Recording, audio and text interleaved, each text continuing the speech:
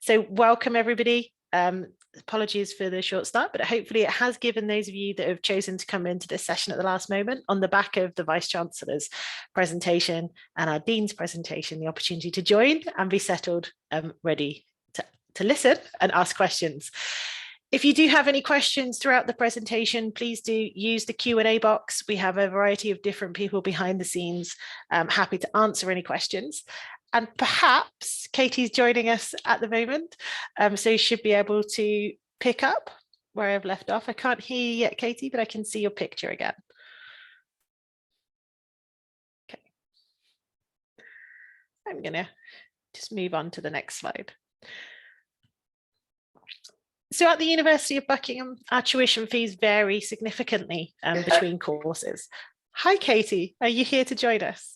I am, finally. Apologies. Excellent. We are live. We have 33 participants in the room. Marvelous. So I've put the slides up and I was about to start, but I'm happy for you to take over if you should wish. Okay, well, perhaps we can do it together. Thank you very much. Do it Chris Whitty style if you like. You can tell me when to hand on. Okay, perfect. And apologies, everyone, for my technical issues. It worked fine when I tested it. I was testing 10 minutes ago, it was fine, and then I go to work and it doesn't work properly. Anyway, the joy of the world. Indeed, without further ado. So we're going to talk to you this morning around fees and our tuition fees.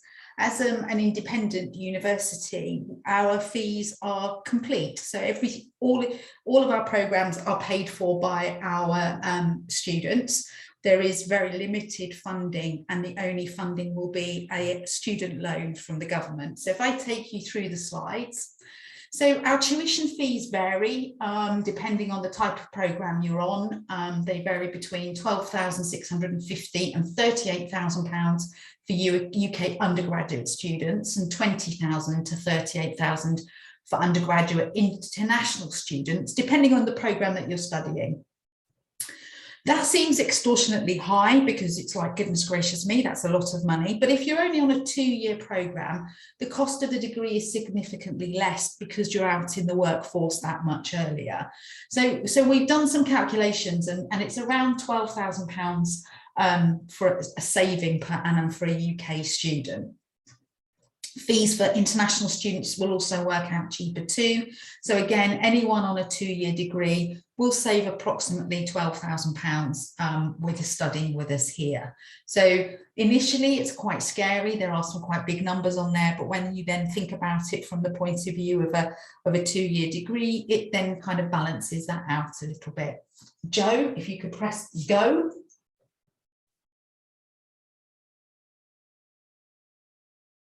There we go.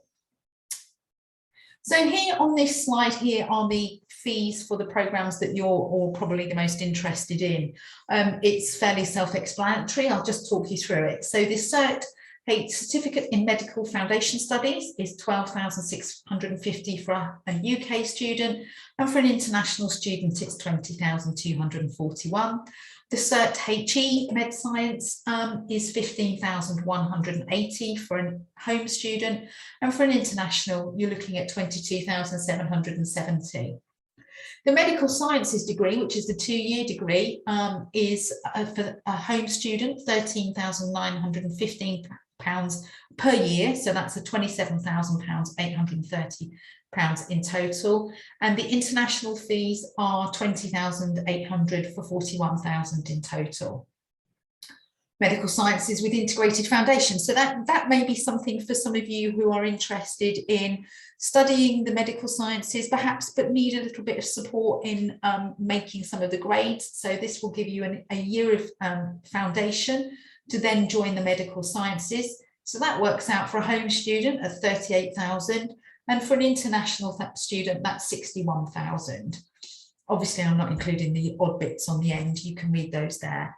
For podiatry, for the UK student, that's £30,360 in total. And for an international student, it's £22,700, working out at £45,541. And then for the MBCHB, that's £38,000 per annum, no matter whether you're a home or an international student, working out at £171,000 in total for both home and international students. Thank you, Jo. So this slide is just to help you understand the potential savings by studying with us here at Buckingham.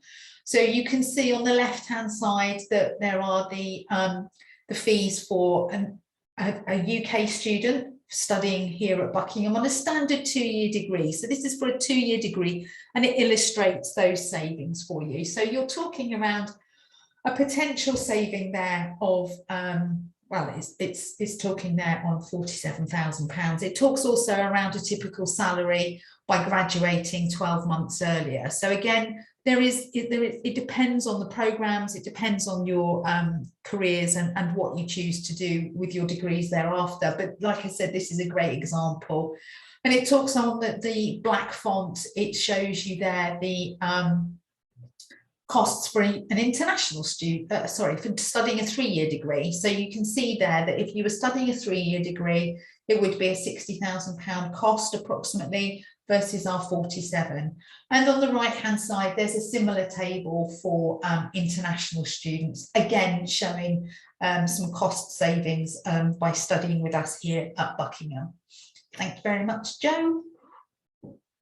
So the undergraduate med fees, as we talked about earlier, so the 4.5-year programme, the MBCHB, for 2023 January starts will be £38,000 per year, working out at the total of 171 for the total programme. Thank you, Jo. So for home students, so for UK students, there is the opportunity for you to apply for a student loan. It states on here the amount that you can apply for depending on the type of programme. So for a student typically on a 2-year programme, an 8-term course, you would be able to get a £7,400 loan from the government. It would come across to us here at the university, and you pay your student loan off once you start your employment. The rules regarding student loans are I think, recently changed, and the repayment values and such like, I think, have changed. So I would urge anyone who is a UK student looking to study and thinking about a loan to check the loan website out to actually make sure exactly what the payment terms are and how long that takes. But that's an illustration there around what tuition fee loans would look like. Thank you, Jo. So obviously there is a fee gap for those students on a loan. So it's about £5,000 a year, depending again on the type of programme you're studying. And some students, again, depending on your circumstances, will be will get a maintenance loan from the government. There may be some scholarships and bursaries available that would be suitable for the programmes of study that you may be doing. We offer some part-time work here on campus. We use student ambassadors to support with things like open days and graduations, and where there is an opportunity to interact with prospective students and or visitors to the campus. So that's £8.45 an hour. So that's another way of bridging the gap. And then there may well be the opportunity for some people whose families may well be able to support them whilst they're studying here with us. And again, it looks quite scary. Those numbers are quite big, but again, the thing to bear in mind is that you will be earning an income sooner than perhaps your peers who may have gone to a normal 3-year standard university. Thanks, Jo. So this slide will talk a little bit around living costs. So these are living costs that we've taken from Money Supermarket. So these are some generic costs, but again, give you an indicative idea of what it would cost to live whilst you're doing your studies. So we have on-campus accommodation, both here and at Crewe. So there's accommodation at Crewe, there's accommodation here at Buckingham. So if you opt for an ensuite room, that will cost you £632 per calendar month. Obviously you need to eat and also going out. So going out is a fundamental part of study. And the website Money Supermarket assumes approximately £200 a month for living costs. Then you'll have bills to pay. So you'll have to pay for electricity, those type of things. But again, in our halls, it's included as part of the price, but it works out at about £50 a month if you're living off of campus and living in perhaps some shared accommodation. All costs that you need to consider. And then other costs. So it suggests gym membership, but you've got takeaways, travel, just enjoying life really, perhaps books. And the forecast cost there would be about £242. So when you add all those together, hopefully, if Joe presses the button, there we go. So it costs about £11,000 a year to live in the UK as a student. So those are the anticipated costs there.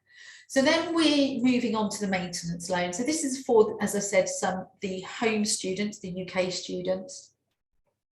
And it's quite self-explanatory. So if you're living at home, you get for up to £7,900. And if you're living away from home or outside in London, then that's £9,400. Like I said earlier, the best place to get that clarity is to check the government website for the loans, and it will tell you exactly what you're entitled to.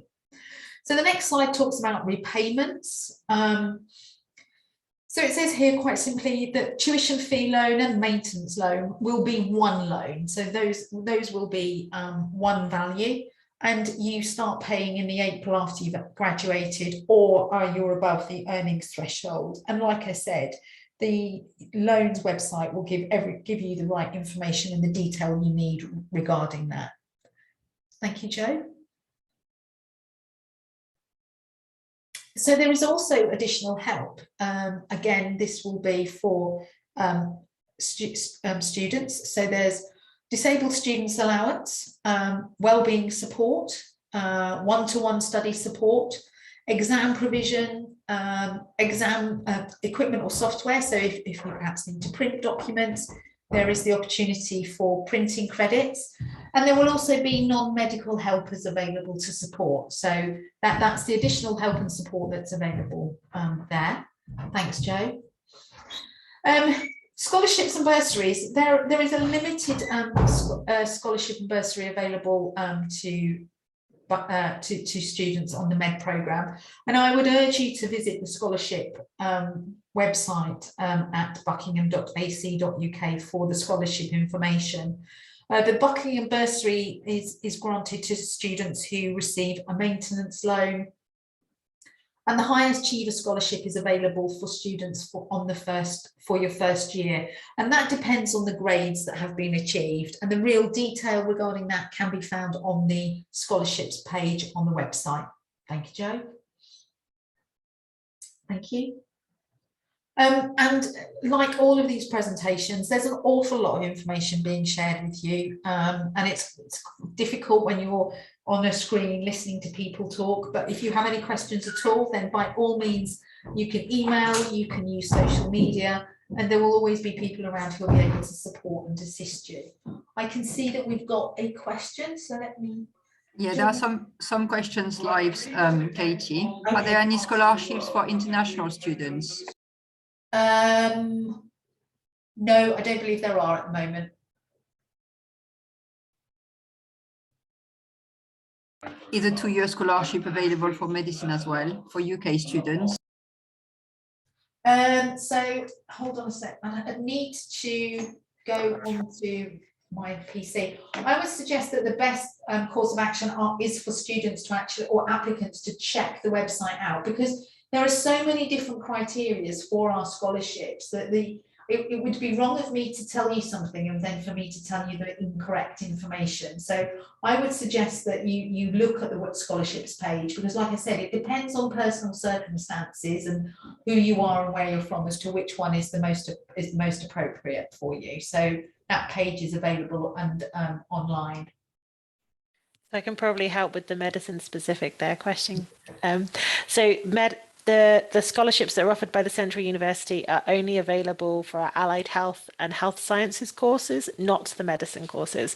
So medicine doesn't have any eligibility for the scholarships. Thank you, Joe. Oh, sorry, just a question I answered through the chat actually, but I repeat it just in case students didn't see it. So how many student ambassadors are typically hired on per year, to your knowledge? So I'm responsible for the student ambassador scheme, which is the reason why I answered. Sorry, Katie. Oh, no. So in Crewe, obviously our campus being a bit smaller, we have around 20 student ambassadors.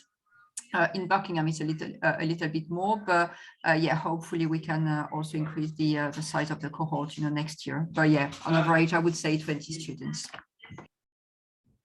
And it's an incredibly valuable role, isn't it, Crewe? We use them a lot across both campuses to support us in doing things. So they're great roles to have. I only think about those from the point of view of applying, should you be successful. Absolutely, and we use them across the faculty from a sort of academic perspective as well. It's great to have the student voice involved in these presentations, and I hope that if you're going to sign up, or if you have signed up for one of the next sessions, the student union session, there may be some student ambassadors in that session that you can speak to, as well as the opportunity to speak to them via our Uni Buddy application on our website. So yeah, if you don't have time today, please do contact the student ambassador team. Yeah, that's what I was about to say, Joe. So in our next session, student experience, you're going to meet Ahmad, and then you're going to also meet Prince if you register to the medicine subject session, and Eleanor, who does biomedical sciences as well, from 2 to 3. So yeah, you will have plenty of opportunities today to meet our student ambassadors, at least some of them. So there's a question in the chat about paying your fees fully in advance, if there's a discount associated with that. Again, we would encourage you to talk to us. We're happy to work out payment plans, and that can involve in advance. And it may be that there's something we can do around those annual increases that will happen in fees. Every fee in every place has an annual increase based on inflation. So talk to us and we can work out what those discounts might be, or what is applicable for you in your specific circumstances.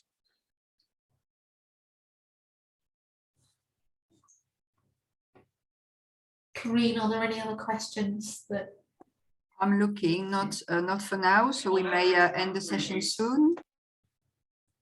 Excellent. If you have any more questions, please do feel free to ask them. Otherwise, you can still email us as well, info@buckingham.ac.uk, and we will be very happy to help you. Thank you very much, everybody. Looking forward to seeing you in the next session, which is the student experience and student union. Sorry, just a last question about recording. Yes, recording will be available, and we will send them to you at the end of the open day. Don't forget to register to the other sessions if you haven't yet. It's through our website. And then you can register anytime, so please just click the link on our website. Emily has just dropped a thing in the chat about paying her fee. Sorry, yes, please, Kate. Is that you, Joe, that she could speak to? If she speaks through our admissions team, so if you email them, you probably are in contact with them already. If you email directly our admissions team within the faculty, they can put you in contact with the appropriate person in student fees to have those conversations with. Sorry, we have another question from Barker. Do the foundation year students get paid? So only if they have a job. Okay, that's the fun bit of it. Anybody can apply to be a student ambassador if there's somebody in our course. So absolutely, if they apply for the student ambassador role and are successful, they will get paid.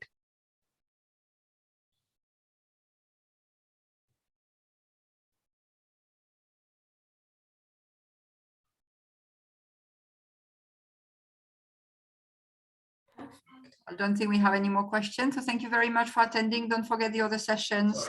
11 o'clock student experience is our next one.